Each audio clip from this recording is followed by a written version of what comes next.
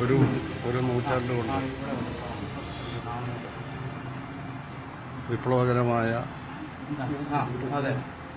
Communist പ്രസ്ഥാനത്തിലൂടെ ചരിത്ര ഇതിഹാസം എഴുതിയ മഹാനായ VS ആണ്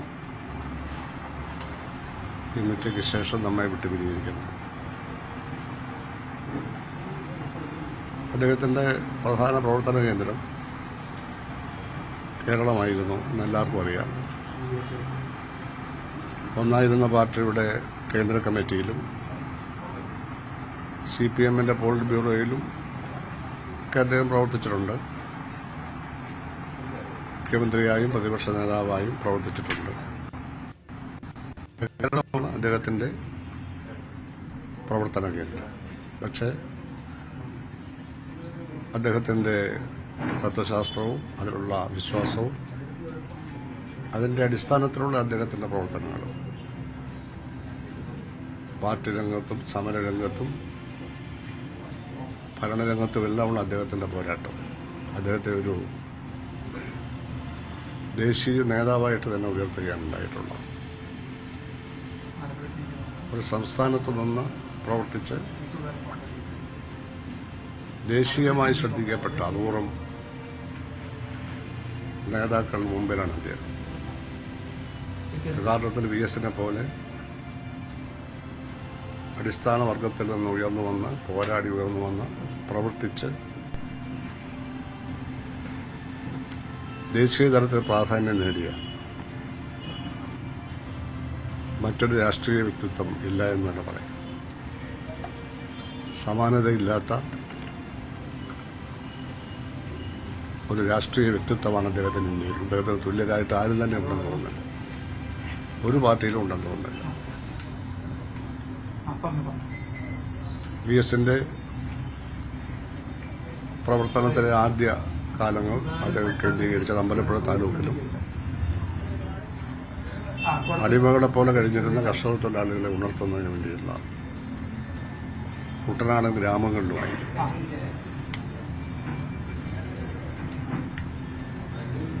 തയ്യൽ തൊഴിൽ ഏർപ്പെടുകയും കയർ ഫാക്ടറിയിൽ പ്രവർത്തനം ആരംഭിക്കുകയും തൊഴിലാളിയായി പ്രവർത്തനം ആരംഭിക്കുകയും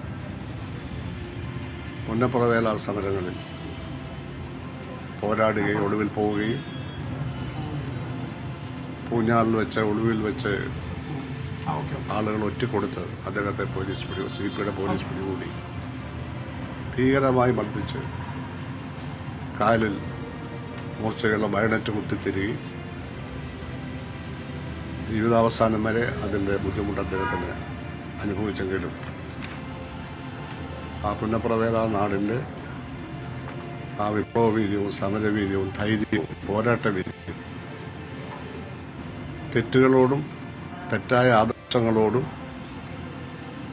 ആദർശങ്ങളിൽ നിന്ന് മാറി മറിഞ്ഞു പോകുന്നവരോടും യാതൊരു വിട്ടുവീഴ്ചയും കാണിക്കാത്ത ഉറച്ച നിലപാടെടുക്കുന്നതിലുമൊക്കെ അദ്ദേഹത്തിന് സമാനനായി നമ്മൾ ആരെയും കണ്ടിട്ടില്ല. അദ്ദേഹം കുട്ടനാട്ടിലെ അടിമകളായ കർഷക തൊഴിലാളികളെ ജന്മിമാർക്കെതിരെ സംഘടിപ്പിക്കുകയും ഇന്ത്യ രാജ്യത്ത് തന്നെ മാർക്സിസ്റ്റ് വീക്ഷണമുള്ള ആദ്യത്തെ കർഷക തൊഴിലാളി പ്രസ്ഥാനം തിരുവിതാംകൂർ കർഷക തൊഴിലാളി യൂണിയൻ അദ്ദേഹത്തിന് 10-18 വയസ്സ് മാത്രമുള്ളപ്പോൾ തിരുവിതാംകൂർ കർഷക തൊഴിലാളി യൂണിയൻ എന്ന പേരിൽ സംഘടിപ്പിക്കുകയും ചെയ്തു. പള്ളാത്തുരുത്തിയിൽ വെച്ചാണ് ആ സംഘടന രൂപീകരിക്കുന്നത്. ജാനകി എന്ന ഒരു തൊഴിലാളി മാതാവായി അധ്യക്ഷയായിരുന്നു. അന്ന് 18 വയസ്സ് പോലും പൂർത്തിയാകാത്ത VS അതിൽ അംഗമായിരുന്നു. അന്നതിൽ പങ്കെടുത്ത ആരും ഇപ്പോൾ ജീവിച്ചിരിപ്പില്ല. കുട്ടനാടിൻ്റെ പോരാട്ട ചരിത്രത്തിൽ VS ആണ് എക്കാലത്തെയും നായകൻ.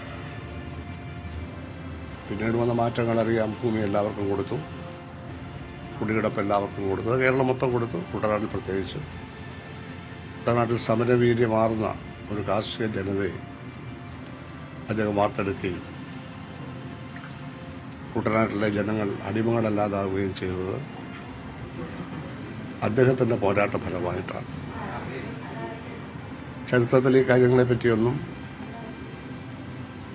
ആഴത്തിൽ ചെന്ന് പരിശോധിച്ച് രേഖാപരമായി അതിൻ്റെ വിശദാംശങ്ങൾ എഴുതാനൊന്നും ആരും തയ്യാറായിട്ടില്ല. അതിങ്ങനെ എൻ്റെ ഈ യൂണിയൻ സ്ഥാപിച്ചു എന്നൊക്കെ പറയൽ മാത്രമാണ്. പക്ഷേ അതിനപ്പുറമാണ്. അടിമകളായിരുന്നു അവർ. വെള്ളപ്പൊക്കം ഉണ്ടാവാതിരിക്കാൻ ഒരു കർഷക തൊഴിലാളിയുടെ ചോര ബണ്ടിൽ വീഴ്ത്തണം, എന്നിട്ട് ബണ്ട് ഉറപ്പിച്ചാലേ ബണ്ട് മുറിയാതിരിക്കുക എന്നുള്ള അന്ധവിശ്വാസം ഉണ്ടായിരുന്ന സ്ഥലമാണ്. ഒരുപാട് തൊഴിലാളികളുടെ ചോരയുടെ അടിത്തറത്ത് വന്നിട്ടുണ്ട്. അവർ മരിച്ചാൽ അവരുടെ ശവശരീരം പാലിൽ പൊതിഞ്ഞ് കായലിലെറിയുന്ന പരിപാടിയായിട്ടുണ്ടായിരുന്നു. കുഴിച്ചിടാൻ പോലും സ്ഥലമില്ല. അങ്ങനെ അമേരിക്കൻ സ്വാതന്ത്ര്യ സമരം നടക്കുമ്പോൾ അവിടുത്തെ അടിമകളായ ജനങ്ങളെ അതൊരു ലാർജർ പെർസ്പെക്റ്റീവിലാണ്, അന്തർദേശീയ തലത്തിലാണെന്നുള്ളത് ശരിയാണെങ്കിലും ജോർജ് വാഷിംഗ്ടണും എബ്രഹാം ലിങ്കണും ഒക്കെ എങ്ങനെയാണോ നയിച്ചത് അതിൻ്റെ ഒരു കുട്ടനാടൻ രൂപമായിരുന്നു. ഒരു സ്റ്റേറ്റിലല്ല, ഒരു പ്രദേശത്താണ് കുട്ടനാടൻ രൂപമായിരുന്നു അദ്ദേഹത്തെ നേതൃത്വത്തിലുള്ള പോരാട്ടം. അങ്ങനെ പോരാടിയ വേറൊരാളില്ല. അടിസ്ഥാന വർഗത്തിന് വേണ്ടി ഇങ്ങനെ പോരാടി ദേശീയ നേതൃത്വത്തിലെത്തിയ ഒരു നേതാവും ഇന്ത്യയിൽ എവിടെയും ഒരു പാർട്ടിയിലുമില്ല. വായിൽ വെള്ളിക്കരണ്ടിയുമായിട്ടല്ല അദ്ദേഹത്തെ പോലുള്ളവർ ജനിച്ചത്, പോരാടിയാണ് ജനിച്ചത്. അദ്ദേഹത്തിന്റെ രാഷ്ട്രീയ ഗുരു പാർട്ടി സ്ഥാപിച്ച പി കൃഷ്ണപിള്ളയായിരുന്നു. അദ്ദേഹമാണ് 14 വയസ്സുള്ള VS-നെ കുട്ടനാട്ടിലെ പ്രവർത്തനത്തിനയക്കണം. അപ്പോൾ ഈ കാര്യങ്ങളൊക്കെ ചരിത്രമാണ്. ഈ ചരിത്രങ്ങൾ കൂടുതലായിട്ട് വെളി വരേണ്ടതായിട്ടുണ്ട്. കുടികിടപ്പ് സമരത്തിന് നേതൃത്വം നൽകിയ അദ്ദേഹമാണ്. പെച്ചോവി സമരത്തിന് നേതൃത്വം നൽകിയ അദ്ദേഹമാണ്. കുട്ടനാട്ടിലെ ജനങ്ങളെ ഉണർത്തിയത് അദ്ദേഹമാണ്. 1970-കളിൽ ഇവിടുത്തെ ഗവൺമെന്റിന്റെ തൊഴിലാളി വിരുദ്ധ നയങ്ങൾക്കെതിരായി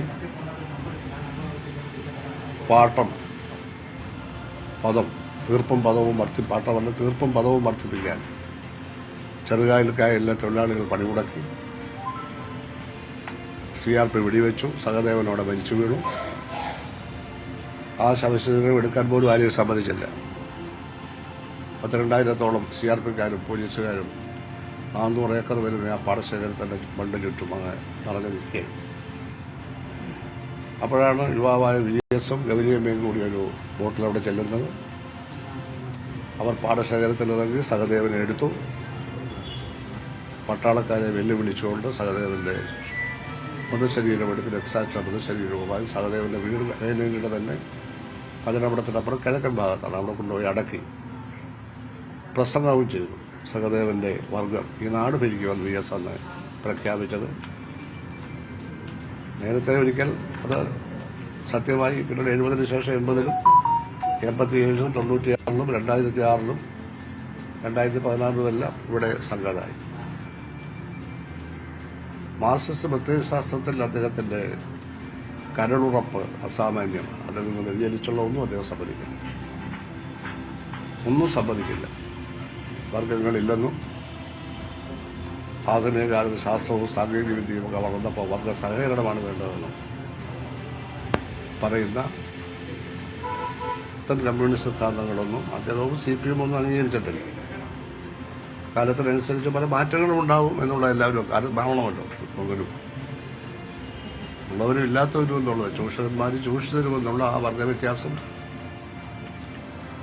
സ്വത്തിന്റെ, സമ്പത്തിന്റെ, ഭൂമിയുടെ ഉടമസ്ഥാവകാശം ബഹുഭൂരിപക്ഷ സ്ഥലവും കുറച്ചുപേരുടെ കയ്യിൽ അമർന്നിരിക്കുന്ന കാലത്തോളം, ബാങ്കുകളെല്ലാം കുറച്ചുപേരുടെ വകയിരിക്കുന്ന കാലത്തോളം, ഭരണകൂടങ്ങൾ ജന്മിമാരുടെയും മുതലാളിമാരുടെയും സാമ്രാജ്യ ശക്തികളുടെയും കയ്യിലിരിക്കുന്ന കാലത്തോളം ഈ വ്യത്യാസം ഉണ്ടാവും. അതില്ലാതെ വരുമ്പോൾ മാത്രമേ വ്യത്യാസം ഇല്ലാതാവുകയുള്ളൂ എന്ന ഉറച്ച വിശ്വാസമായിരുന്നു കമ്മ്യൂണിസ്റ്റ് പ്രസ്ഥാനത്തിലുണ്ടായത്. ആ വിശ്വാസം എത്തിപ്പിടിച്ചാലാണ് VS. മുഖ്യമന്ത്രി നിലയിൽ അദ്ദേഹം ഒന്നിച്ചൊരു വിജയമായിരുന്നു. വലിയ വികസനങ്ങളാണ് ആ കാലത്ത് തുടങ്ങി വെച്ചത്. പ്രതിപക്ഷ നേതാവെന്നുള്ള നിലയിൽ കേരളത്തിലങ്ങ് മഞ്ചേശ്വരം മുതൽ കാസർഗോഡ് വരെ ആ പാറശാല വരെ ഓടി നടന്ന് പോരാട്ടം നടത്തി. കുട്ടനാട്ടിൽ അദ്ദേഹത്തിന്റെ കാൽപാദം പതിയാത്ത ഒരു വാർഡ് പോലും ഉണ്ടാവില്ല, ഒരു പാടശേഖരം പോലും ഉണ്ടാവില്ല. അമ്പലപ്പുഴ താലൂക്കിൽ അദ്ദേഹത്തിൻ്റെ പാദം പതിയാത്ത ഒരു മണൽത്തരിയും ഉണ്ടാവില്ല. കേരളത്തിലെ എല്ലാ പോരാട്ട രീതികളിലും ഏതാണ്ട് ഒരു 15 വയസ്സിന് ശേഷം ഈ 101 വയസ്സിനുള്ളിൽ 85-86 വർഷം 8 പതിറ്റാണ്ടിലേറെ പോരാടിയ, അവസാനം വരെ പോരാടിയ വേറൊരാളെ കാണാൻ. മരണത്തോടും അദ്ദേഹം വളരെ ശക്തമായി പോരാടി. ഡോക്ടർമാർ പറഞ്ഞതിൽ നിന്ന് മനസ്സിലായത് കർഷക തൊഴിലാളികൾക്ക് വേണ്ടി VS നടത്തിയ അധ്വാനവർഗ സമരത്തെക്കുറിച്ചാണ് ഇപ്പോൾ ജി സുധാകരൻ അനുസ്മരിച്ചത്. ആലപ്പുഴ